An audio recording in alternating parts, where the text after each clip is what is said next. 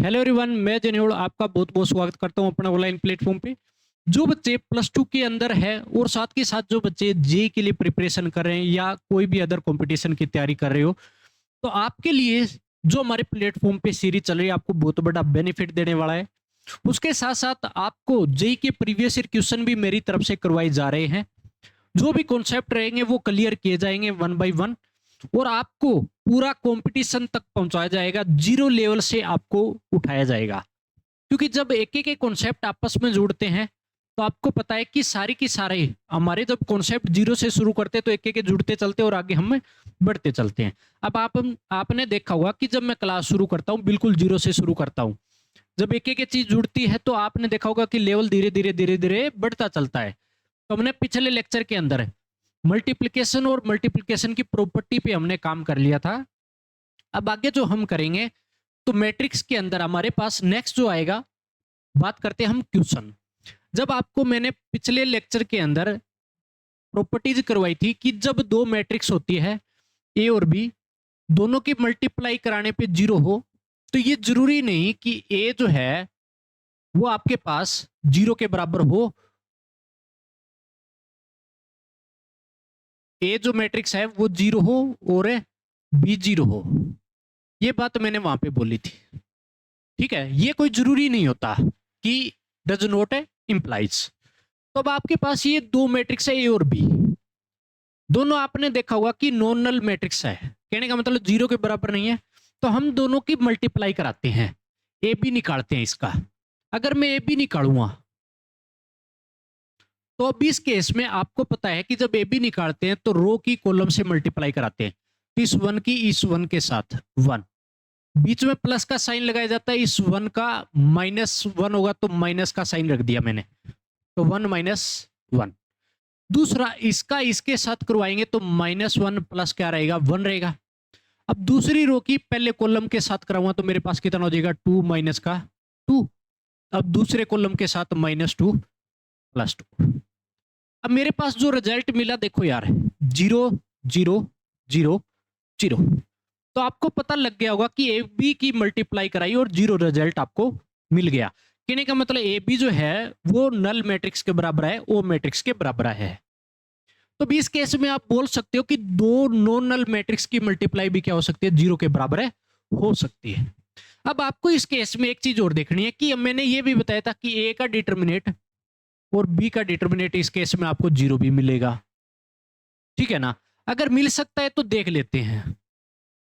तो आपके पास दो जो मैट्रिक्स है, डिटर्मिनेट कैसे निकालते हैं, ये भी मेरे पास टू ऑर्डर की मैट्रिक्स है। डिटर्मिनेट हमेशा स्क्वायर मैट्रिक्स का निकलता है, ये आपको जिस बच्चे को पता नहीं है तो ये बात ध्यान में रखना, स्क्वायर मैट्रिक्स का हमेशा डिटर्मिनेट निकलता है, ठीक है। तो आपके पास दो ऑर्डर की मैट्रिक्स का डिटर्मिनेट आपको यही सिखा देता हूं। आपको क्या करना है कि इसकी क्रॉस मल्टीप्लाई, तो मैं ए डिटर्मिनेट निकाल रहा हूं, क्रॉस मल्टीप्लाई कितनी हो जाएगी, टू। बीच में साइन हमेशा माइनस का लगेगा दो ऑर्डर में, इसका और इसका मल्टीप्लाई, तो ये भी कितना हो जाएगा, टू। तो ये डिटर्मिनेट आपको क्या मिला, जीरो के बराबर आ गया। बात आ गई समझ में। कहने का मतलब सिंगुलर मैट्रिक्स है, ए क्या है, सिंगुलर मैट्रिक्स बोलेंगे हम, क्या बोलेंगे, ए इज ए सिंगुलर मैट्रिक्स। अगर इसी केस में अगर आपको ये बोला कि बी का डिटर्मिनेट निकालना है अब की बार, ठीक है, तो बी का जब भी डिटर्मिनेट निकालूंगा तो उसी तरीके से सेम तरीका रहेगा कि इसका इसका क्रॉस मल्टीप्लाई, वन, माइनस का साइन हमेशा फिक्स है बीच में, इसका और इसका क्रॉस मल्टीप्लाई, तो माइनस वन प्लस वन हो जाएगा, और कितना आया, जीरो। तो बी डिटर्मिनेट भी आपको क्या मिला, जीरो। तो ये भी क्या कहलाएगा, बी भी क्या है, कोई सिंगुलर है, मैट्रिक्स का केस है। बात आ गई समझ में। तो इसी तरीके से आपको करना है हमेशा, ठीक है ना। तो मैंने जो प्रॉपर्टी कराई थी उस पर आपको प्रूफ भी पता लग गया होगा कि किस तरीके से हमारे को सोल्व करना है। तो आपको इसी तरीके से कोई भी मैट्रिक्स जो भी कर रहे हो, हाँ अगर मैंने ये भी बोला था कि अगर इनका उल्टा करता कि ए या बी दोनों में से एक कोई मैट्रिक्स जीरो होती तो ए बी हमेशा जीरो के बराबर बोल सकते हो, आप उल्टा बोल सकते हो, ठीक है ना। उस केस में पक्का 100% ए बी जीरो के बराबर मिलेगा। तो ये हमारे पास हो जाएगा क्वेश्चन। अब नेक्स्ट क्वेश्चन पे बात करेंगे। Next question most important part, जितना भी कराऊंगा आपको बता देता हूं, कोई भी ऐसी चीज नहीं मिलेगी कि आपको कंपटीशन में या आपके बोर्ड में कहीं पर भी काम ना आए। सारी चीजें 100% बोल सकता हूं मैं आपको, जो भी कराऊंगा बिल्कुल अच्छे तरीके से और मोस्ट इंपोर्टेंट पार्ट करवाया जाएगा। अब अपने पास आता है कि A and B are two matrices such that A B is equal to B के बराबर है, बी ए के बराबर है, then A square plus B square की वैल्यू बतानी है। तो अब आपको जो निकालना है वो क्या निकालना है, ए स्क्वायर प्लस है बी स्क्वायर निकालना है, ये हमारे को निकालना है। तो एक बात बताओ यार, जब मैं ए स्क्वायर प्लस बी स्क्वायर निकाल रहा हूं, क्या मैं इस चीज को ऐसे लिख सकता हूं क्या, A into A B into B? Power वाला केस हम करके आए थे, पावर अलग अलग हम तोड़ सकते हैं। अब एक चीज बताओ कि इसकी जगह ए की जगह मैं क्या पुट कर सकता हूं, बी ए पुट कर सकता हूं ना इस ए की जगह। तो ए पहले वाला कायम रहेगा, ए की जगह मैंने बी ए पुट कर लिया जो कि गिवन है मेरे को, प्लस बी सेम का सेम रहेगा, और ये जो बी है ना, इस बी की जगह मैं क्या पुट कर सकता हूं, ए बी। तो मैंने ए बी कर लिया, ठीक है। अब हमारे पास 3 मैट्रिक्स है। अब आपने एसोसिएटिव लॉ पढ़ा होगा कि मैं ए बी को एक साथ बिठा सकता हूं, और ए मैंने इसमें से बाहर रख दिया, प्लस बी ए में साथ बिठा सकता हूं दूसरे वाले में से, दूसरी टर्म में से, और बी में अलग कर सकता हूं। कर सकते हैं ना। अब आपको यह भी पता है कि ए बी फिर से आपको गिवन है कि ए बी किसके बराबर था, बी के बराबर था। तो मैं पुट कर सकता हूं बी, और ए सेम का सेम रहेगा, प्लस बी ए किसके बराबर है, ये भी आपको गिवन है, किसके बराबर है, ए के बराबर, इंटू में ए बी रहेगा। आता कि समझ में, ये कितना बन गया, ए बी, और ये बन गया बी ए। अब फिर देखोगे बी ए किसके बराबर है, फिर पुट करोगे इसकी जगह, ए के बराबर है, और ए बी किसके बराबर है, बी के बराबर। पता किस, तो ये मेरे पास किसका रिजल्ट आ गया, ए स्क्वायर प्लस है बी स्क्वायर का। तो ये मेरे पास आंसर हो जाएगा, इस फॉर्म में आंसर देता है। देखो यार कितनी बार घुमाया है इसने, यहां पे तोड़ा, फिर आपसे बी ए पुट कराया, ए बी पुट कराया, ए और बी की जगह, फिर इन दोनों को साथ बिठाया, इधर भी साथ बिठाया, फिर इनको रिप्लेस किया, ए बी को बी बनाया, बी ए को ए रखा इसने जो गिवन था, फिर अगेन इसने बी ए की जगह ए रखा और ए बी की जगह बी रखा, इस फॉर्म में आंसर किया। पता किस, 3 से 4 स्टेप उसी चीजों में घुमाता रहता है आपको। तो जो भी कर रहे हो अब रट्टा तो आप इस चीज का लगा नहीं सकते, और मैथमेटिक्स है, जितनी कैलकुलेशन अच्छे से करोगे उतना फायदा मिलेगा, सीधी सी बात है। फंडे तभी क्लियर होंगे, ठीक है ना। कोई झूठी चीज पढ़ने से कहीं पर भी आपको फायदा नहीं मिलेगा, ये बता देता हूं। जो भी चीज कर रहे हो बहुत अच्छे से करो। अब आपको दिया है A square minus B square, अब की बार A square minus B square बराबर होता है A minus B into A plus B के, when if A B is equal to क्या हो, बी ए के बराबर।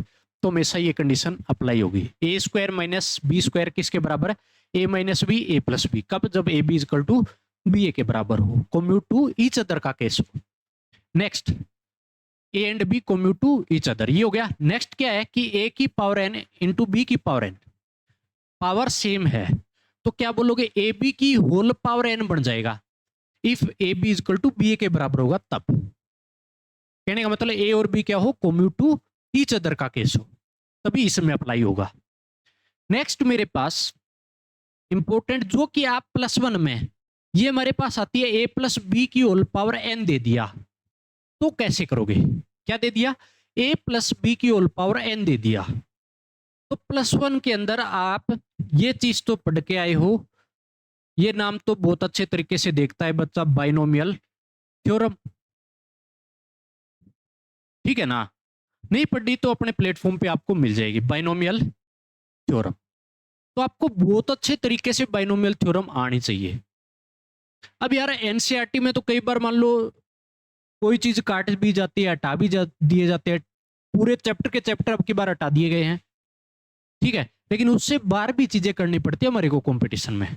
मैथमेटिक्स में सबसे बड़ा ये लोचा होता है। अब बच्चा इस चीज को जब समझता है ना, समझने में देरी कर देता है। +2 पास करेगा, समझेगा इतने में +1 खराब, +2 खराब। तो तभी यार +1 में अगर ध्यान दे देना बच्चा, चीजें बिल्कुल अच्छे तरीके से चले, तो जब बच्चा ड्रॉप लेता है तो रैंक के लिए बच्चा भागना चाहिए, इतना अच्छा कॉन्सेप्ट करना चाहिए। जब 2 साल बहुत अच्छे तरीके से कर ली, तो तीसरे साल ड्रॉप का मतलब होता है कि हम जो भी चीज कर रहे हैं वो बहुत अच्छे तरीके से और प्रभावशाली तरीके से करना है, हमारे को रैंक पे चलना है। ना कि कोई ट्रिपल आईटी के लिए बैठे हैं, ठीक है।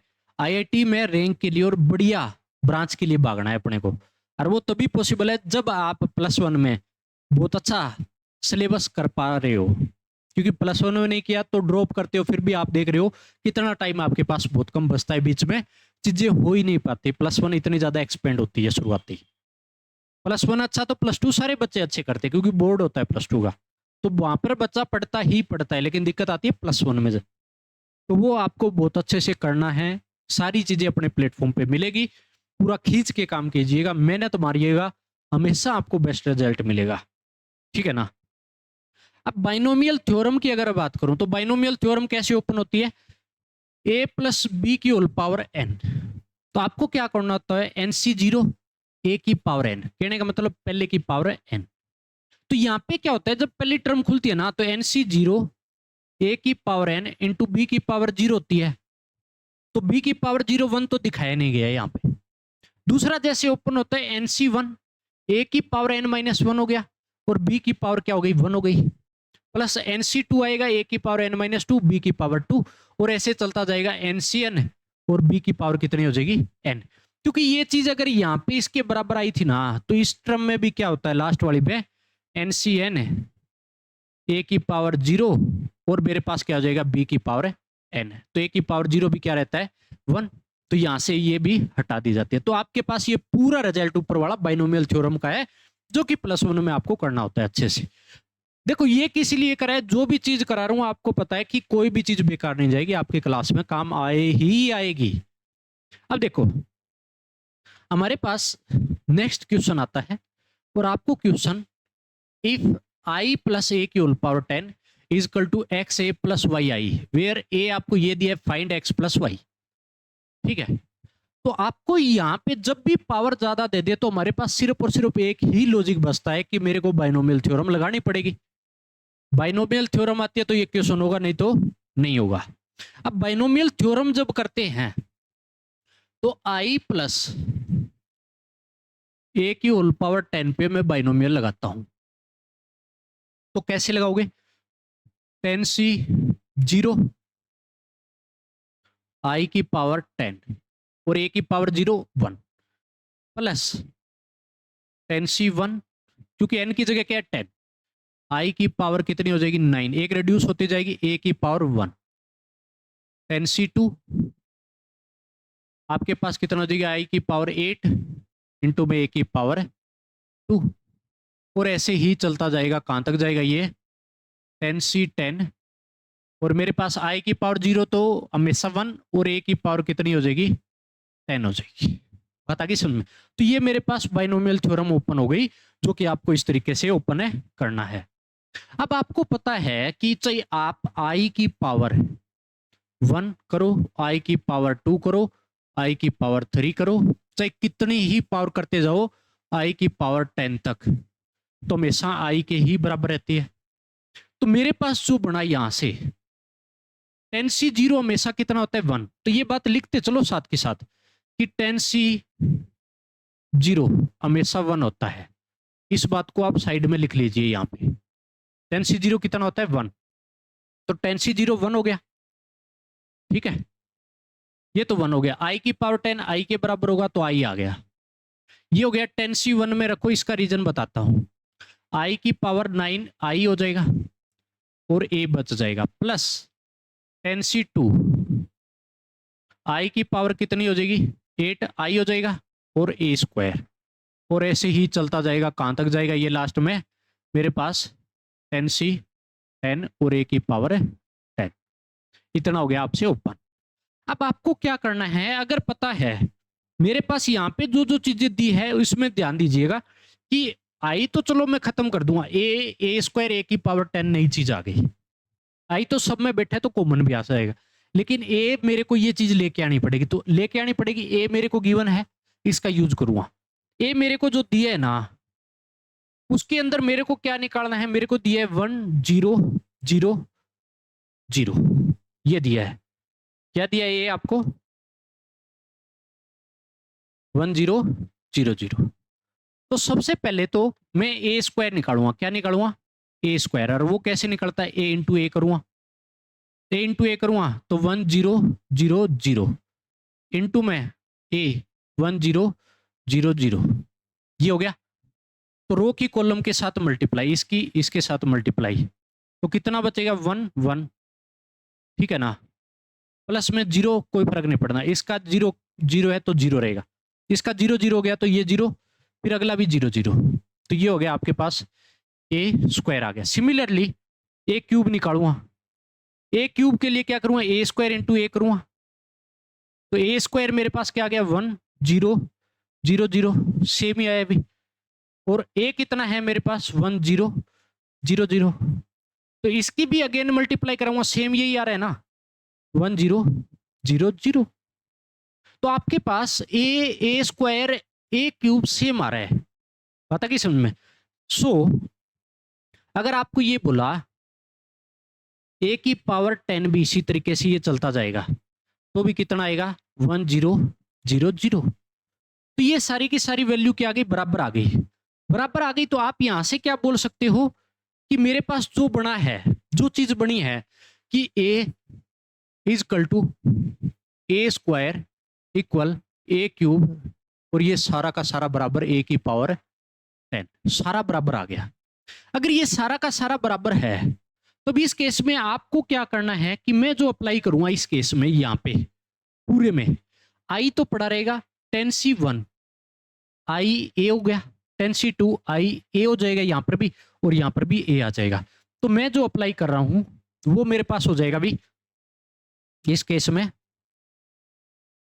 कि आई प्लस 10C1, क्योंकि देख लो अच्छे से 10C1 आई ए सेम का सेम, आई ए प्लस 10C2 आई तो बैठा ही था, ए स्क्वायर का क्या बन गया ए, सिमिलरली ऐसे ही जा रहा था 10C10, और ए की पावर 10 जहां पर था ए की पावर 10 यहां पर भी क्या हो जाएगा ए हो जाएगा, ये सारा आ गया। अब ये सारी की सारी वैल्यू बराबर ही थी हमारे पास, तो यहां से कुछ कॉमन आ रहा होगा, आई तो पड़ा रहेगा बार, प्लस ए मेरे पास, एक बात बताओ आई ए हमेशा किसके बराबर होता है, ये भी हमने रिजल्ट पढ़ा था, आई ए हमेशा ए के बराबर होता है, ये अगर आपको प्रॉपर्टी याद है तो आई ए हमेशा किसके बराबर, ए के बराबर। तो इसमें भी कितना हो जाएगा, देखो मेरे पास यहां से आ गया 10C1 ए 10C2 ए, और ऐसे ही जा रहा है 10C10 ए। अब ए पूरे से कॉमन आ गया, आई वाली टर्म अलग रखो बस, ए पूरे से कॉमन आ गया तो मेरे पास 10C1 10C2, अरे बहुत अच्छी चीज सिखाने वाले हैं यार, सीखते चलो आप 10C10 तक हो गया। इतना ओपन, इतना ओपन होने के बाद अब आपको अगर बाइनोमियल थ्योरम में, ठीक है, सम ऑफ कोफिशिएंट अगर आपको याद है, सम ऑफ कोफिशिएंट कैसे करते हैं कि अगर आपको याद है कि एनसी, आपको ग्रीन सिग्नल दे देता हूं यहां पे, कि अगर आपको ये याद है कि NC0 NC1 NC2 और ऐसे ही जा रहा है कहां तक है NCN तक, तो इसका रिजल्ट हमेशा होता है 2 की पावर n, कितना होता है 2 की पावर n। तो मेरे पास यहाँ क्या है 10C1 से शुरू है, ठीक है, तो मैं 10C यहाँ पे क्या करूंगा 10C0 ऐड करना पड़ेगा, 0 से शुरू होना चाहिए हमेशा और n तक जाना चाहिए, तब 2 की पावर n होता है।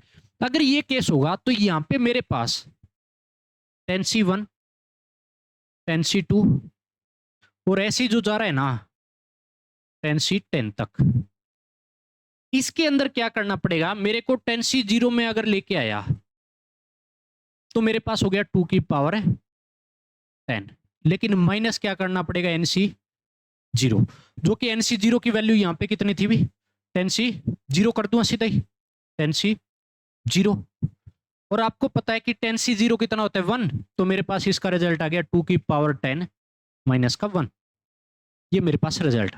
तो इसी तरीके से जो मेरे पास ये रिजल्ट आया है पूरा का पूरा, ठीक है, इसके अंदर मेरे पास ये रिजल्ट जब बना 2 की पावर 10 माइनस 1 किया मैंने, तो आपको इस केस में क्या करना पड़ेगा, इसकी जगह अगर पुट करता हूं मैं तो मेरे पास आ गया आई प्लस ए इंटू में 2 की पावर 10 माइनस कितना आ गया 1, कितना आ गया 1 आ जाएगा माइनस का।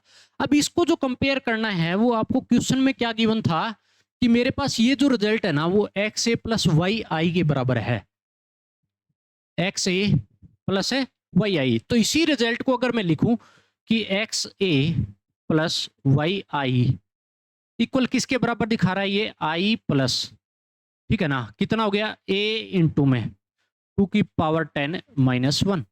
अब आपको कंपेयर करना है तो एक बात बताओ, इस i के साथ क्या बैठा है, यहाँ पे 1 बैठा है, 1 बैठा है। कंपेयर करूंगा मैं, चीजों को कंपेयर किया तो x की वैल्यू तो मेरे पास ये बैठी है a के साथ वाली, y किसके साथ i के साथ बैठा है। तो यहां से अगर बात करूं मैं, x की वैल्यू आ गई 2 की पावर 10 माइनस 1, y की वैल्यू आ गई मेरे पास 1 आ गई।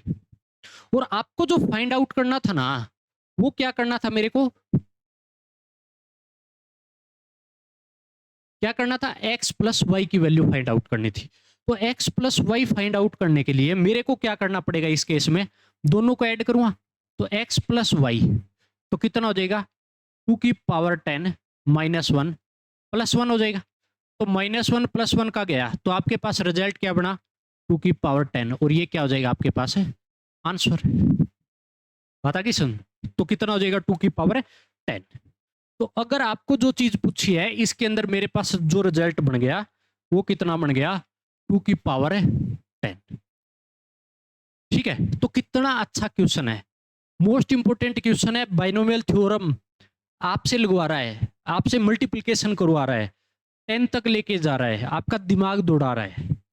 तो बहुत अच्छे तरीके से इसी तरीके से हमेशा ओपन करनी है और ऐसे ही क्वेश्चनों को करना है। चीजों से डरोगे तो कुछ नहीं लेके आओगे, कुछ भी, ये बता देता हूं। ठीक है, डरोगे सो मरोगे। ठीक है भी, तो मेरे पास जो रहेगा वो नेक्स्ट क्वेश्चन पे चलेंगे अब। ठीक है, इस क्वेश्चन को क्या करना है कि 1 बाई 1 जो स्टेप आए हैं ना सारे के सारे, वो सारे आपको उतारने हैं।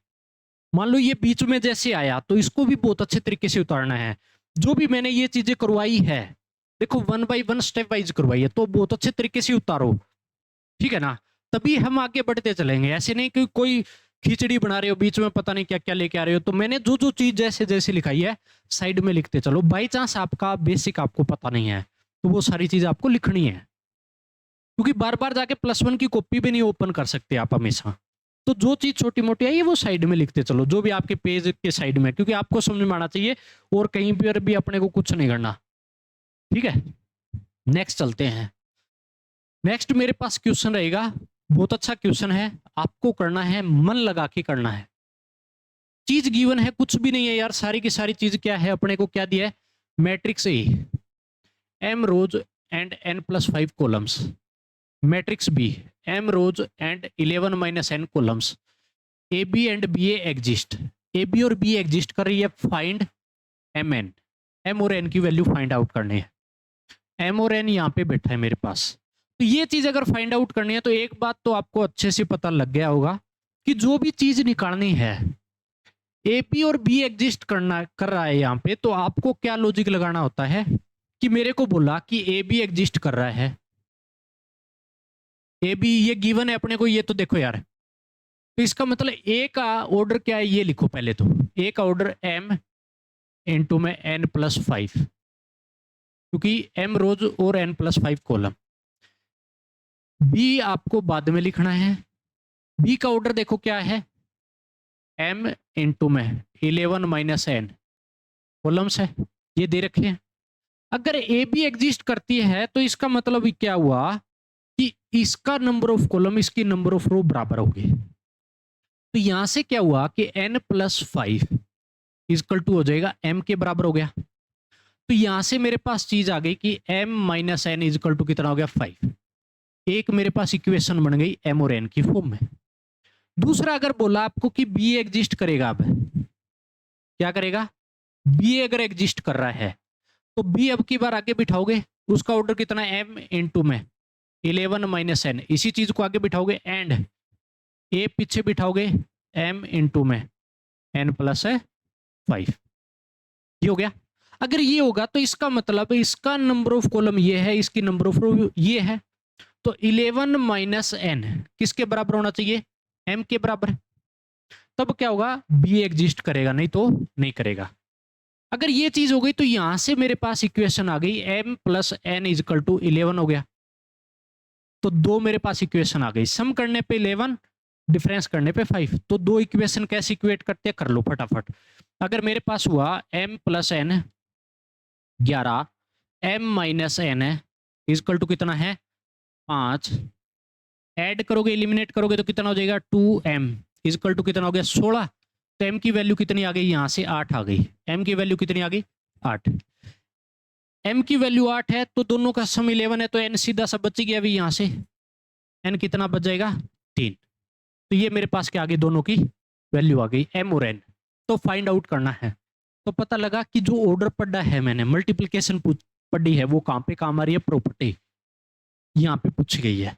आपको छोटी सी चीज दी है कि ए बी और बी एग्जिस्ट कर रहा है, लेकिन बच्चे का दिमाग नहीं तोड़ता एकदम से कि ये चीज तो दे दी लेकिन यूज कैसे करूं। यूज करना अगर आता है तो आपको कोई भी रोकने वाला नहीं है। तो बेसिक एक एक कॉन्सेप्ट आपको यहां से याद करवा रहा है। और आपको बता देता हूं कि जब भी आप देखोगे मल्टी करेक्ट में आ गया, जेई मेन में आ गया, उनमें क्या करेगा, जब क्वेश्चन देगा ना तो आपको प्रॉपर्टी भी डायरेक्ट पूछ लेता है, 3 से 4 प्रॉपर्टी देगा। बच्चा गड़बड़ करता ही करता है, क्योंकि बेसिक पे चलता नहीं है बच्चा, हाई लेवल पे करने की सोच लेता है। लेकिन बेसिक भी आपको पता होना चाहिए। कंपटीशन में गलतियां सबसे ज्यादा वही बच्चा करता है जिसका बेसिक नहीं पकड़ पाता है। इस तरीके से अगर बेसिक पे चलोगे और फिर आपको अगर क्वेश्चन करने के लिए बोले तो आराम से कर लोगे यार, कोई दिक्कत ही नहीं है। ठीक है ना। मैं क्वेश्चन भी आपको बहुत अच्छे तरीके से एक 1 बाय 1 करवा रहा हूं, इसी तरीके से आपको करना है। नेक्स्ट क्वेश्चन पे चलेंगे हम भी। आपको क्वेश्चन जो दिया है वो ए आपको गिवन है, show that A square is equal to 3a minus 2i के, और दूसरा आल्सो शो दैट ए की पावर 8 इसके बराबर दिया है। तो ये दोनों केस में आपको शो करने हैं, प्रूव करने हैं, किस तरीके से हम करेंगे। पहले पार्ट पे बात कर लेते हैं अभी। सबसे पहला पार्ट, तो आपको ए स्क्वायर की जरूरत है। अगर मैं आर एल एच एस की बात करूं, आर एच एस की बात करूं, तो दोनों मेरे पास बैठे हैं।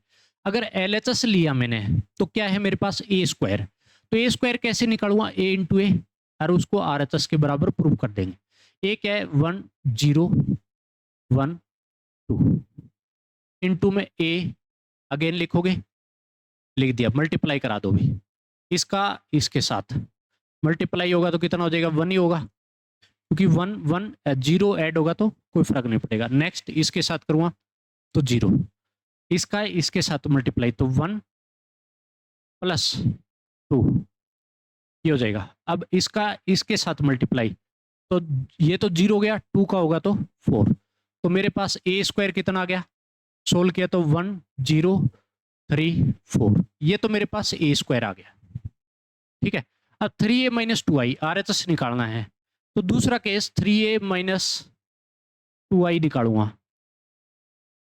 इसका मतलब मेरे को क्या करना पड़ेगा अभी इस केस में, 3a 3 तो बाहर बैठा रहेगा, a लिख लो 1 0 1 2 है, माइनस 2i, i क्या होगी आइडेंटिटी मैट्रिक्स। जितने ऑर्डर की ए मैट्रिक्स है उतने ऑर्डर की आइडेंटिटी मैट्रिक्स लेनी है, कभी गिवन ना हो तो।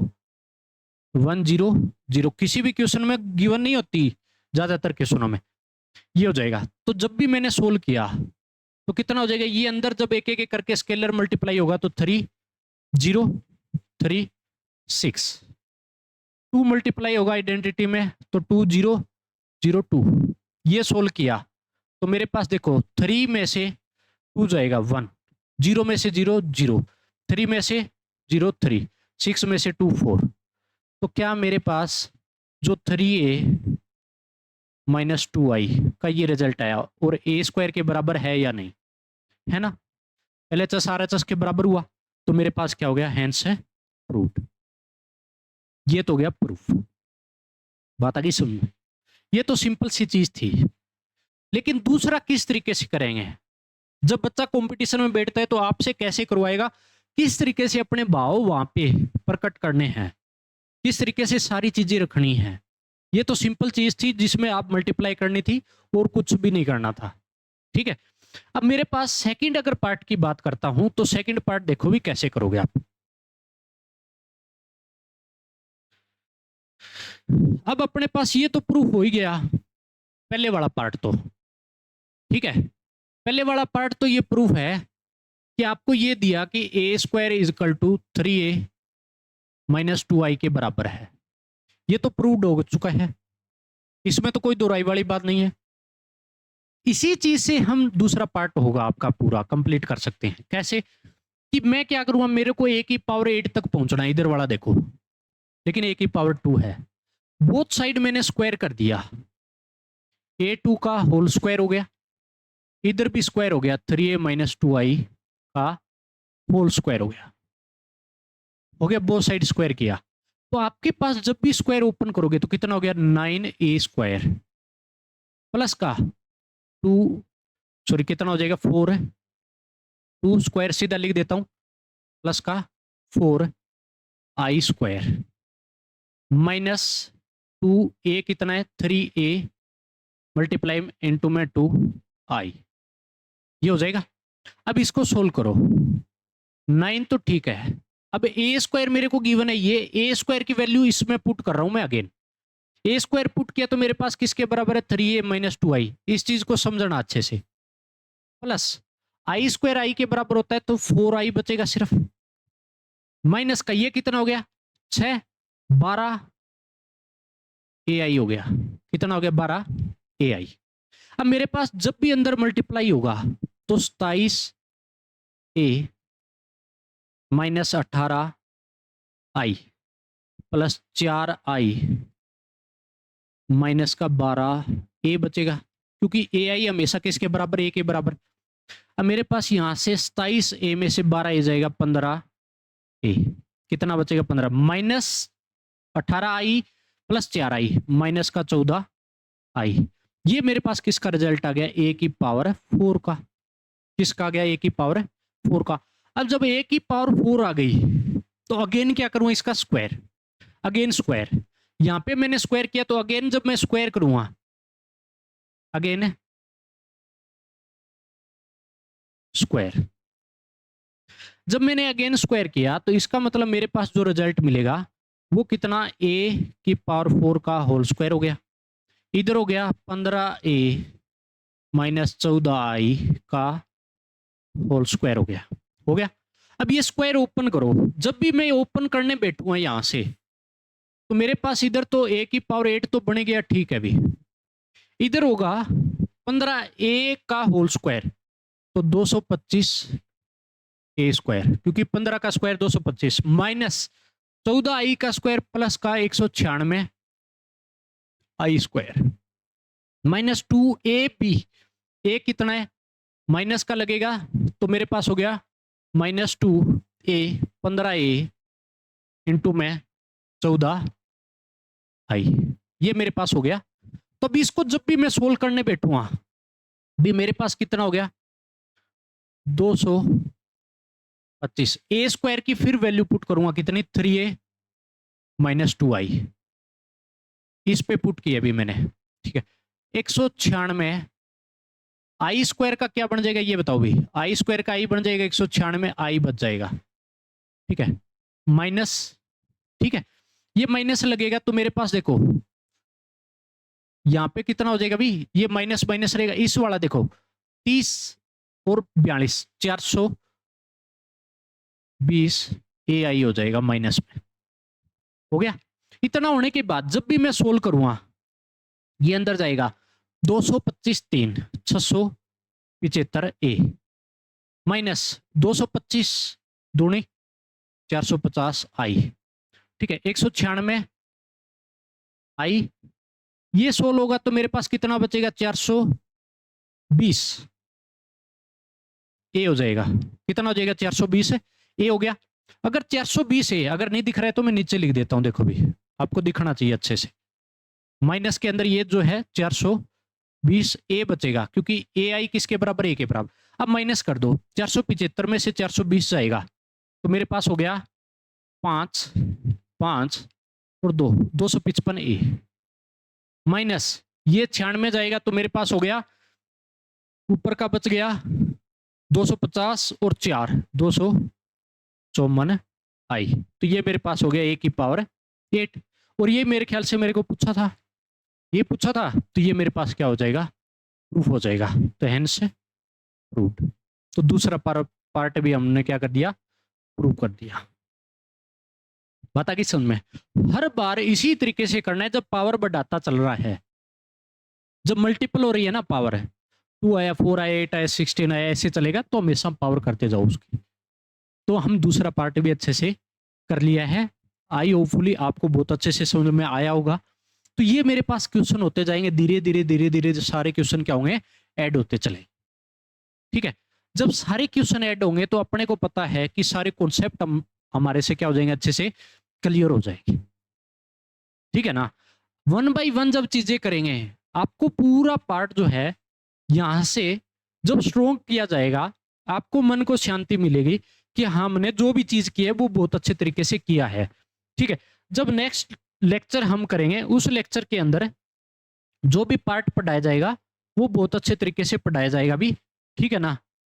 ये अपने पास पूरे के पूरे, क्योंकि यार देखो मैं क्लास ऐसे नहीं चाहता कि पूरी लंबी ली जाए, आप बोर होते जाओ। क्योंकि जब क्या होता है कि ऑनलाइन के अंदर एक चीज मान के चलो कि 1 घंटे की क्लास ऑफलाइन का 2 घंटे के बराबर होता है। ठीक है, डबल टाइम बैठता है हमेशा। तो हम जल्द ही चीजों को समेटते चलेंगे। आपको सारी की सारी चीजें जो भी कर रहे हो वो बहुत अच्छे तरीके से करना है। फिर भी अगर डाउट आ रहा है तो बच्चे कमेंट करिए, आपका डाउट क्लियर किया जाएगा। मैंने बोला है, प्रॉमिस किया है कि पूरा जेई का पैटर्न हम करके निकले यहाँ से, किसी भी प्रकार से आपका वादा नहीं तोड़ा जाएगा। जब लेवल करेंगे ना तो देखो यार, चीजें तो मेरे को भी करानी पड़ेगी और आपको भी करनी पड़ेगी, उससे हमने दोनों ही नहीं बच सकते। ना हम, ना मैं और ना तुम, दोनों ही नहीं बच सकते। हम दोनों को पूरा अच्छे से मेहनत मारनी पड़ेगी। करिए, जुड़े रहिए, पूरा सपोर्ट कीजिए, मेरी तरफ से भी पूरा सपोर्ट किया जाएगा। आपको जो भी बुक करनी है आर.डी. शर्मा कीजिए, सिंगेज कीजिए, सारी बुक अपने लिए ओपन है, कोई दिक्कत नहीं है। अरियंत 7 सीरीज कीजिए, सारी कीजिए, प्रीवियस ईयर क्वेश्चन लगाइए, मेरी तरफ से सब ओपन होगा। ठीक है भी, ये चीजें जो भी करनी है आपको करिए, तभी पता लगेगा कि हम कितने लेवल पे जा रहे हैं, चीजों को स्टेबल कर रहे हैं। मिलते हैं नेक्स्ट लेक्चर में, फिर मैं एक क्वेश्चन लेके आऊंगा बहुत अच्छे से आपके लिए। आप जुड़े रहिए, पूरा सपोर्ट आपको किया जाएगा।